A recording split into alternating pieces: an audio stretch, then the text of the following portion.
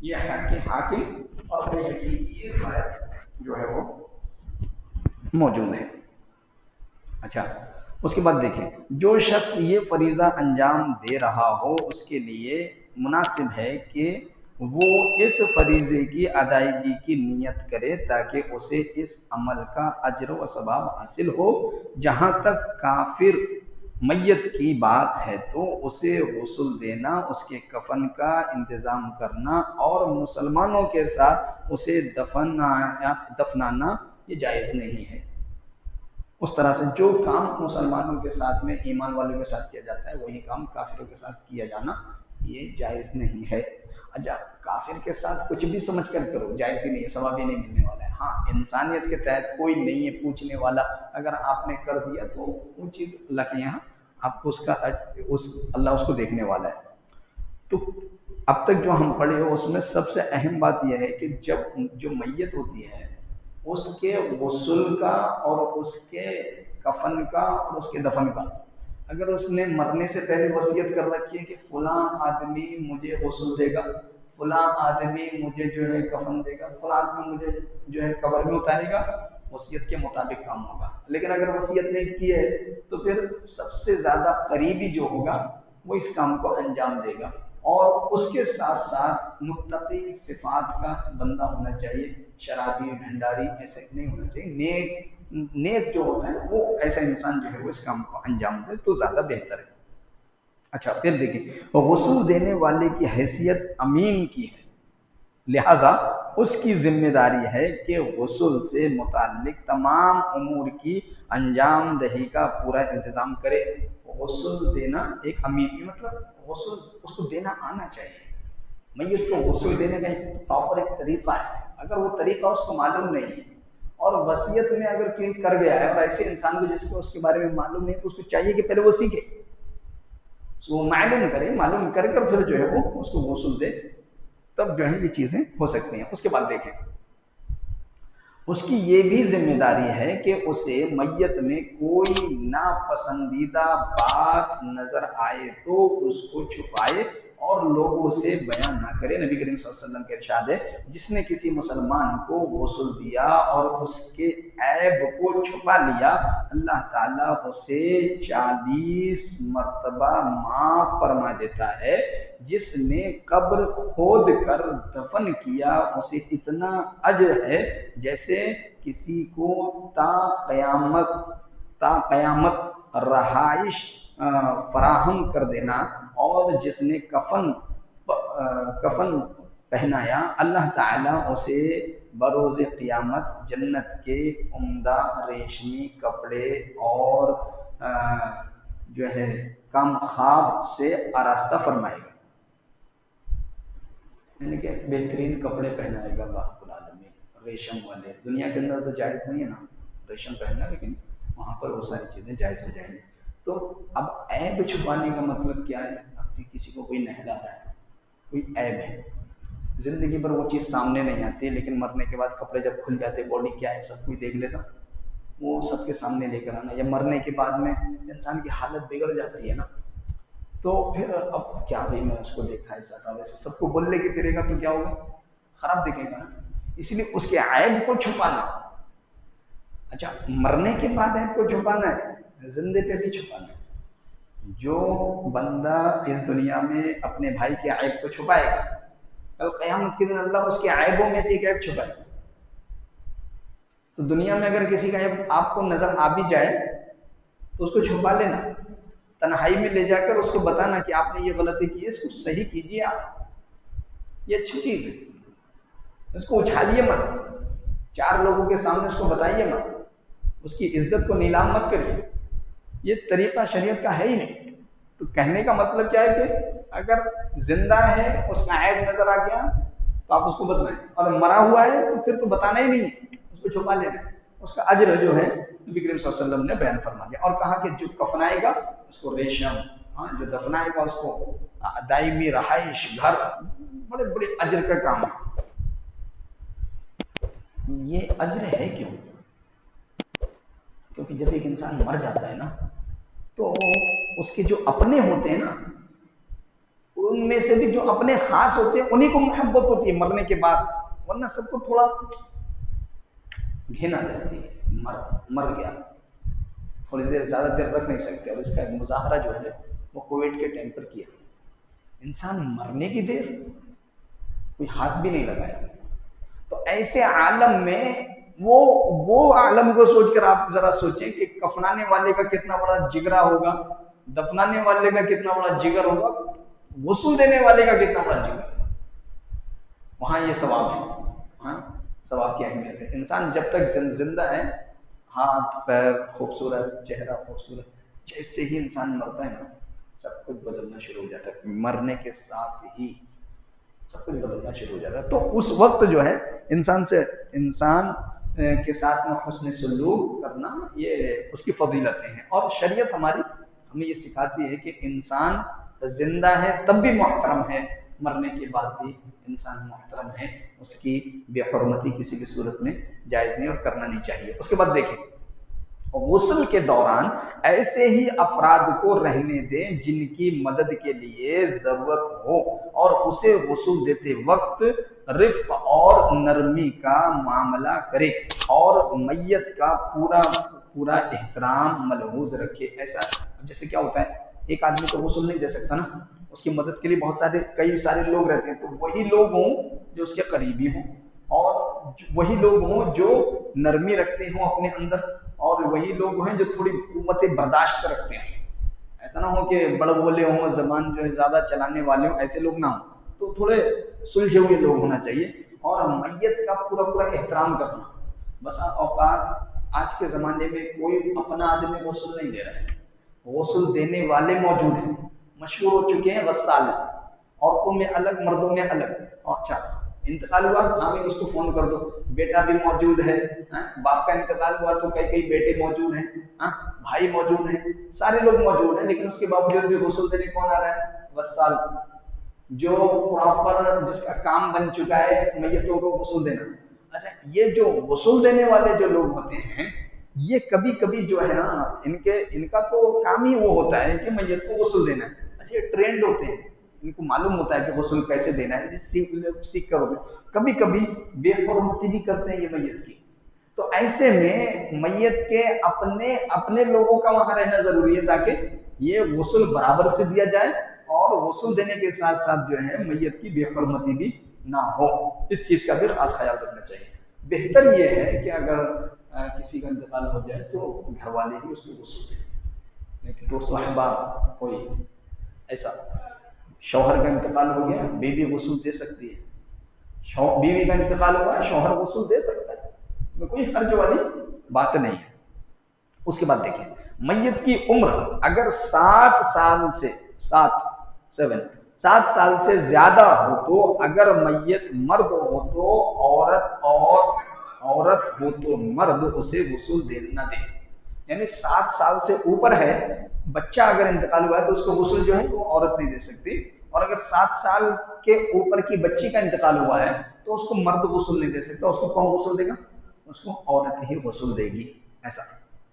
اس کے بعد دیکھیں نبی کریم صلی اللہ علیہ وسلم کی صاحبزادی حضرت زینب رضی اللہ تعالی عنہا کا انتقال ہوا تو انہیں عورتوں نے ہی غسل دیا تھا، جو بخاری میں روایت موجود ہے۔ امام شوکانی رحمہ اللہ فرماتے ہیں دور نبوی اور دور صحابہ میں مردوں کو مرد اور عورتوں کو عورتیں ہی غسل دیا کرتی تھیں، یہ بات واضح ہے۔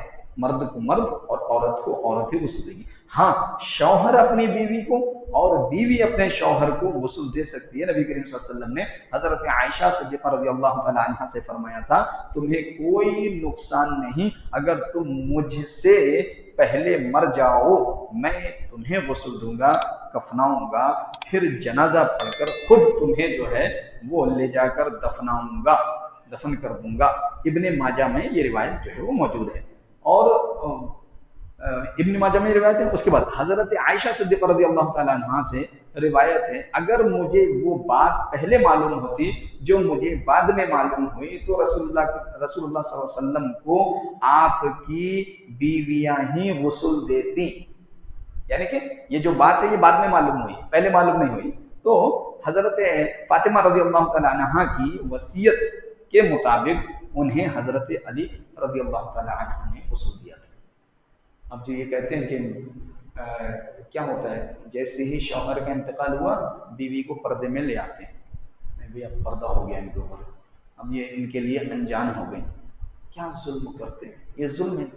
وہ بیوی جس نے زندگی گزاری اپنے شوہر کے ساتھ، ہنسی کے پل گزارے، خوشی کے پل گزارے، جوانی گزاری، ساری عمر اس نے گزاری ہے.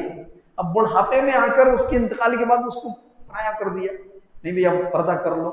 دیکھنے شوہر کو دیکھنے نہیں دیتے، یہ ظلم ہے. جانتے ہیں یہ عورتوں پر ظلم ہے کہ شوہر کے انتقال کے بعد بیوی اپنے شوہر کو نہیں دیکھ سکتی، بیوی کے انتقال کے بعد شوہر اپنی بیوی کو نہیں دیکھ سکتے. یہ ظلم ہے.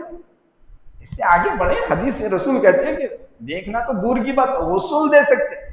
حضرت علی رضی اللہ تعالیٰ عنہ فاطمہ رضی اللہ تعالیٰ عنہ کو غسل دیا، اپنی بیوی کو آپ غسل دے سکتے ہیں، بالکل دے سکتے ہیں، اجازت ہے. اب یہ جو رسم چلی آ رہی ہے، رسم ہی کہیں گے اس کو، بدعت ہے کہ شوہر کے انتقال کے بعد بیوی کو پردہ قرار دیا جاتا ہے اور بیوی کے انتقال کے بعد شوہر کو پردہ قرار دیا جاتا ہے. اچھا حیرت کی بات کیا جانتے ہیں، بیوی کا انتقال ہوتا ہے شوہر نہیں دیکھ سکتا، بقیہ محلے کے سارے مرد آ کر دیکھ سکتے. یہ ہوتا ہے، یہ ہوتا ہے. اچھا مرد کا انتقال ہو گیا، بیوی نہیں دیکھ سکتی، محلے کی ساری محلے پڑوس کی جتنی بھی عورتیں وہ سب دیکھ سکتی. یہ کیا ہے، بیوی نہیں دیکھ سکتی، کیوں؟ بیوی پرائی ہے اور دوسرے پرائی نہیں کیا؟ یہ ظلم ہے، یہ ظلم ہے. عورت رشتہ میاں بیوی کا رشتہ ایک ایسا رشتہ ہے جو ایک بار الحمدللہ میں نے قبول کہہ دیا، وہ رشتہ جنت تک چلنے والا رشتہ ہے اور سب سے پرانا رشتہ یہی ہے. یہی رشتہ باقی رہے گا، جنت تک چلے گا یہ رشتہ. تو یہ رشتہ موت سے ختم ہونے والا نہیں. ایک شخص ہے، زید کا نکاح مریم سے ہوا. ایگزامپل، زید نے مریم کے ساتھ نکاح کی زندگی 40 سال بتائی. اس کے بعد زید کا انتقال ہو گیا. زید کے انتقال کے بعد مریم 20 سال زندہ رہی، اس نے نکاح نہیں کیا. تو 20 سال جو زندہ رہی اس کے اپنے نام کے آگے اپنے شوہر کا نام ہی لکھتی رہی نا. کیا نام تھا؟ زید، زید کی بیوی.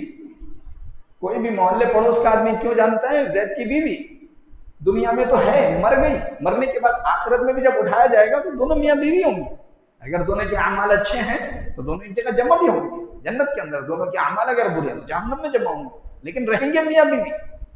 یہ رشتہ چلتا ہے، یہ رشتہ جنت تک چلنے والا رشتہ ہے. تو اس کو جو ہے وہ موت کی وجہ سے نہیں دیکھنے دینا جائز نہیں، پردہ کرا دے، یہ سب غلط بات ہے. اس کے بعد دیکھیں تو یہ بات معلوم ہوئی حضرت علی رضی اللہ تعالیٰ عنہ نے جو ہے وہ غسل دیا تھا. پھر اس کے بعد دیکھیں، پھر میت کے اعضاء کو، ہاں یہ ہے یہاں پر. اچھا غسل دینے کا طریقہ جو ہے وہ بتلا رہے ہیں یہاں پر. دیکھیں غسل کیسے دیا جائے. اچھا سے سنیں. سب سے پہلے میت کو اس چیز پر لٹا دیا جائے جس پر غسل دینے کا ارادہ ہو، اس چیز کو پیروں کی طرف سے کسی قدر نیچے رکھا جائے تاکہ میت کے جسم سے جو گندگی خارج ہو پانی کے ساتھ بہہ جائے. عام طور پر کیا ہوتا ہے، پہلے ایسے ہوتے تھے